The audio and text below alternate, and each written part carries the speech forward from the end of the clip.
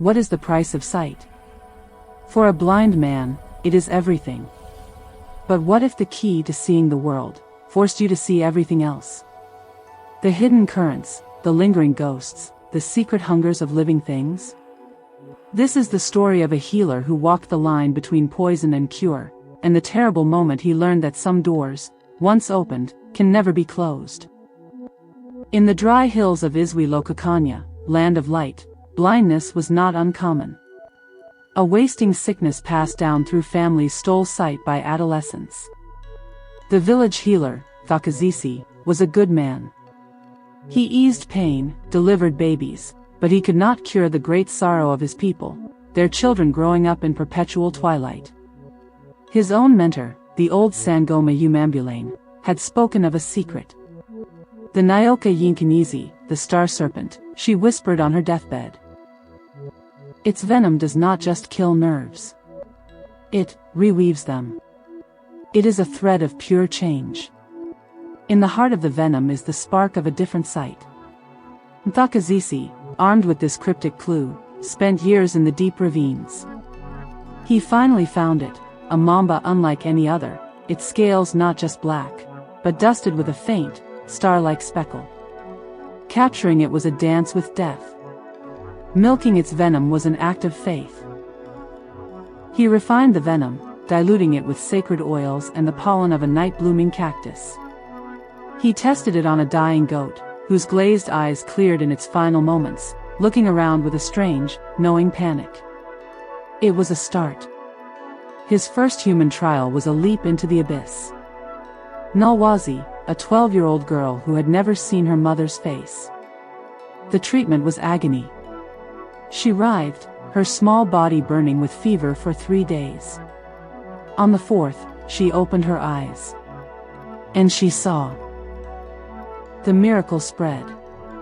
Mthokozisi, the serpent-sighted healer, became a legend. He restored sight to dozens. He was a saint. A savior.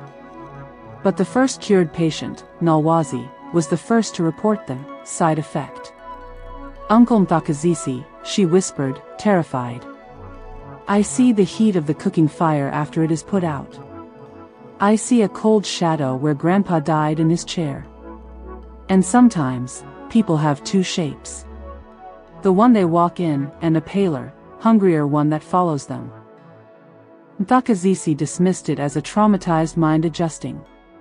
But then, another cured man, a hunter named Becky, came to him, trembling. I tracked a diker through the bush. I saw its trail clear as day. But I also saw another trail. A shimmering, gray path that smelled of ozone. It was the trail of where the diker dreamed of going. The venom wasn't just repairing optical nerves. It was opening the second sight. The victims could see the physical world, yes. But they could also see the psychic residue of life, emotional auras, ghostly imprints, the faint traces of intent and memory that cling to people and places like spiritual scent. For some, it was a manageable curiosity. For others, it was a madness. The world became a cacophony of overlapping realities. A joyful wedding was also a haze of anxiety and secret resentments. A peaceful home was layered with the ghostly echoes of past arguments. Mthokozisi, horrified, stopped the treatments. He declared the cure too dangerous. He was booed. The families of the still blind children called him a selfish hoarder of miracles. The village chief, a pragmatic man named Dumasani, pressured him. You have found the key to our greatest curse. You cannot lock it away because a few see ghosts. Control the dosage. Find a way. Torn between his oath to heal and the terrifying evidence of his creation, Mthokozisi retreated. He began experimenting on himself in secret, using minute doses to understand the effect. He needed to see what they saw. The first drop was a revelation. His humble hut was alive with history, the glowing imprint of his mentor's hands on her mortar, the sad, gray smudge of his own lonely nights by the fire. He saw the vibrant, healthy glow of plants, and the sickly, fading light of a blighted one. He also saw the snake. Not in its cage. In the air around the cage, a magnificent, coiled astral form of the Star-Serpent, watching him with intelligent, ancient eyes. The venom was not just a chemical. It was a tether.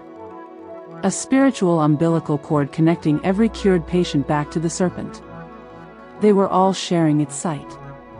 And it was sharing something back. The crisis exploded when the cured hunter, Becky, went mad. Overwhelmed by the entrails of animal fear in the forest, he began to confuse them. He tracked what he thought was a wounded buffalo, but to his second sight, it was a pulsing, red mass of pure rage. He found the village's irritable, loud-mouthed blacksmith, Sifo, at his forge. In Becky's eyes, the man's anger and the beast's rage were the same color. The same shape. He saw not a man, but a monster of heat and fury.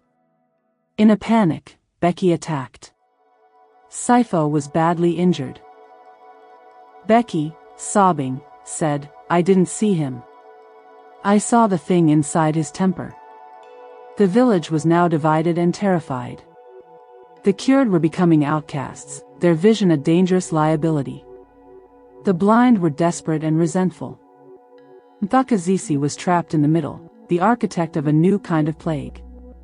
He went to the only person who might have an answer, the granddaughter of his mentor, withdrawn, scholarly woman named Nombula who studied the old, forbidden scrolls. She examined his diluted venom, listened to his descriptions of the second sight, and her face palmed. "You have not used a medicine, Mthokozisi," she said, her voice hollow. "You have brokered a treaty. The Star-Serpent is not just an animal. It is a gatekeeper. Its venom opens the eyes of the flesh to the spirit world. But the spirit world sees back. The cured are not just seeing ghosts, they are becoming visible to them. And to other things. You have made dozens of people into living beacons in a realm they do not understand. The serpent's sight is alone. And the collateral is the patient's spiritual solitude." As if summoned by her words, a commotion erupted outside. Nyoka, the first girl, was found in the central square, catatonic. She was whispering one phrase over and over, "The many-eyed one is coming." It followed the scent of the new sight. It is hungry for the bright new eyes. That night, the dreams began for all the cured. A shared, visceral dream of something vast and slow moving through a formless gray space. It had no single form, but it was covered in thousands of blinking, lidless eyes, each one reflecting the face of a different cured person. It was the many-eyed one, a predator from the deeper spirit realm, drawn by the sudden, bright flare of 24 human souls seeing into its domain for the first time. In the waking world, the side effects magnified. The cured could now see each other's connections to the serpent. A silvery, faint thread leading from the base of their skulls into the earth, all converging on Mthokozisi's hut. They were a network. And the network was being hacked. Plants began to wilt in the presence of the cured. Food they touched spoiled faster. They brought a chill with them. They were leaking spiritual energy, their life force being siphoned as a kind of light that attracted the thing from the dream. Mthokozisi knew he had to sever the tether. To reverse the cure. But reversing it meant not returning them to blindness. It meant sealing the door completely, which required a stronger poison than the venom itself, a spiritual antitoxin. Nombula, from her scrolls, found a potential solution. A root called Umpulelo, the closer. It induced a temporary, death-like state, severing all non-physical connections. But if you use it while the many-eyed one is watching, she warned, it will see the lights go out. It may try to claim them permanently as they flicker. You will have to perform the ritual on all of them at once, a mass severing. And you will need a sacrifice to distract the predator. Something with even brighter sight for it to covet. Mthokozisi understood. He had the brightest sight of all. He had been dosing himself. His connection to the serpent, and thus his visibility to the spirit world, was the strongest. He would be the bait. He gathered all 23 cured villagers in the sacred circle of stones outside the village. He explained the plan. They would take the Umpulelo route. He would perform the ritual. They would sleep a death sleep, and he would draw the attention of the many-eyed one away from their vulnerable, fading lights. They were terrified, but out of options. As the sun set, they drank the bitter paste. One by one, they fell into a deep, trance-like sleep, their silvery tethers glowing faintly against the darkening sky. Mthokozisi stood in the center. He took not a diluted drop, but a full, pure measure of the Star-Serpent's venom. He applied it to his own eyes. The world dissolved. Mthokozisi's sight exploded. He saw the physical world, the stones, the trees, the sleeping bodies. He saw the spirit layer. The glowing tethers, the memories in the stones, the small, harmless nature spirits fleeing in terror. And then, he saw the deep layer. A swirling, formless gray ocean. And rising from it, drawn to the blazing lighthouse of his own now wide-open sight, was the many-eyed one. It was not a creature. It was a condition. A roaming, hungry emptiness that consumed perception itself. Its 1,000 eyes were not organs, they were stolen moments of sight, imprisoned in suffering. It saw him. A wave of pure, psychic hunger washed over Mthokozisi. It wanted to drink his vision, to add his eyes to its collection, to trap him in that gray ocean forever, seeing everything and nothing. He held his ground, chanting the closing ritual Nambula had taught him. With each word, he felt the silvery tethers connecting the sleepers to the earth begin to fray. Their lights began to dim. The many-eyed one rushed forward, a silent tsunami of avarice. It was almost upon the circle, ready to sweep up the dimming lights of the villagers. This was the moment. Mthokozisi did not run. He did the opposite. He opened his arms and his mind, and he projected his own sight, amplified by the pure venom, directly at the entity. He gave it a banquet of vision, not just the physical world, but the memories of his life, the beauty of the hills, the faces of the people he'd cured, the love for his village. He offered it a feast more dazzling and complex than the simple, fading lights of the sleepers. The entity hesitated, confused by the sudden, voluntary offering. It turned its countless eyes upon Mthokozisi alone, beginning to drink in the projected torrent of sight. And as it focused on him, Mthokozisi, with the last of his will, took the Umpulelo root himself. He swallowed it. His own blazing light didn't just dim. It shattered. The connection snapped with a psychic thunderclap. The silvery tethers to the sleepers vanished. The gateway slammed shut. For the many-eyed one, it was as if a brilliant sun had winked out, leaving it in sudden, absolute darkness in the spirit realm. Disoriented and robbed of its prey, it receded, fading back into the deep gray. In the stone circle, the 23 villagers awoke. They were blind again. But the second sight was gone. The whispers, the ghosts, the auras, silent. They were simply in the dark. Safe. Mthokozisi did not wake up. They found his body in the center. His eyes were open, milky, and blind once more. But on his face was not pain, but a profound, terrible peace. And from his tear ducts, a single, dried trace of iridescent venom. The village mourned a hero. They built a shrine. The Star-Serpent was released back into the ravine.